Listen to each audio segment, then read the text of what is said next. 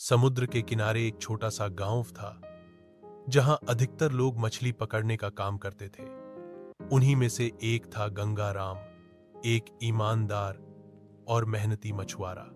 वह रोज सुबह सूरज निकलने से पहले अपनी नाव लेकर समुद्र की ओर निकल पड़ता और देर शाम तक वापस आता।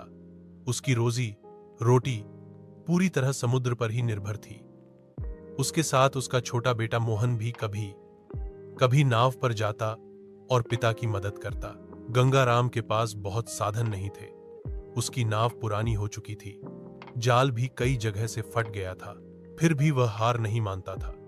हर दिन समर्पण और मेहनत के साथ समुद्र में जाल डालता और जितनी मछलियां मिलती वही लेकर वापस लौट आता।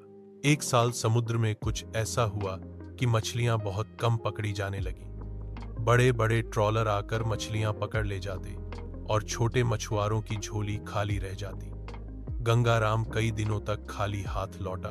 घर में खाने की कमी हो गई, लेकिन उसने कभी चोरी या गलत काम नहीं किया। एक दिन जब वह समुद्र के किनारे बैठा अपनी टूटी नाव को देख रहा था, तभी उसके पास एक बूढ़ा मछुआरा आया। उसने कहा, गंगाराम, अगर तू चाहे तो हम कुछ नया कर सकते हैं। हम जैविक तरीके से मछली पालन करें और सरकार से मदद मांगे। गंगाराम को विचार अच्छा लगा। उन्होंने गांव के कुछ और मछुआरों को साथ मिलाया और एक छोटा तालाब बनाया जहां उन्होंने झींगा और रोहू मछलियां पालनी शुरू की। धीरे धीरे जब तालाब में मछलियां बड़ी होने लगीं, तो उन्होंने उसे स्थानीय बाजार में बेचना शुरू किया। लोगों को ताजा और साफ मछली पसंद आई और बिक्री बढ़ गई।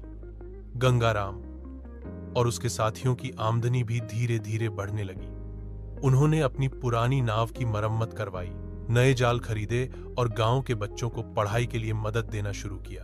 एक दिन गांव में सरकारी अफसर आए और जब उन्हें गंगाराम की मेहनत और ईमानदारी के बारे में पता चला, तो उन्होंने उसे आदर्श मछुआरा का पुरस्कार दिया। अब गंगाराम सिर्फ एक मछुआरा नहीं था, बल्कि एक प्रेरणा बन चुका था। गांव के युवा अब उससे प्रेरणा लेते थे और वह उन्हें बताता था, समस्या चाहे कितनी भी बड़ी हो, अगर इरादा सच्चा हो और मेहनत से काम किया जाए तो रास्ता जरूर निकलता है। सीख: गंगाराम की कहानी हमें यह सिखाती है कि हालात चाहे जैसे भी हों, ईमानदारी, मेहनत और नई सोच से कोई भी अपनी जिंदगी बदल सकता है।